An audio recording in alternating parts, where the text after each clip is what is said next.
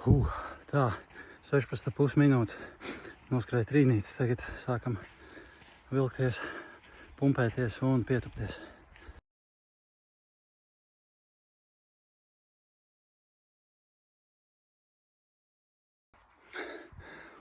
Trešdaļa izpildīta.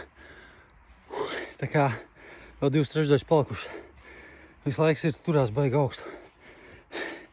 Nepateikšu tagad sitien cik, bet jā, grūti atelpoties. Bet pagaidām šīs viss baigi labi. Vismaz komfortabli. Un laiks 7 minūtes 40 trešdaļai. Tā kā not bad, bet uz beigām vieglāk nepaliek.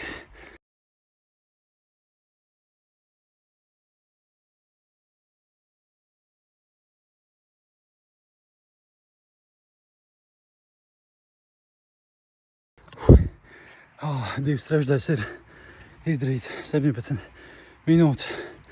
Vēl viena trešdaļa paliks.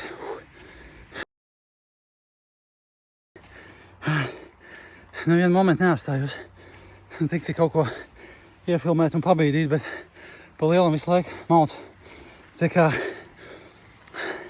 41 minūte un 33 sekundes. Iesaku pamēģināt. Visi, kas grib kaut kādu challenge.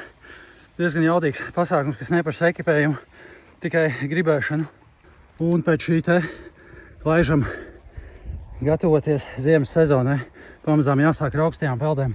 Tā kā mums paveicies ar vasaru, ka vasara nebija baigi siltā, bet lietaina, tad ūdens jau tagad augusta beigās ir gana labs, lai sāktu rūdīties priekš ziemas. Tā kā laižam, sportojam, gatavojamies.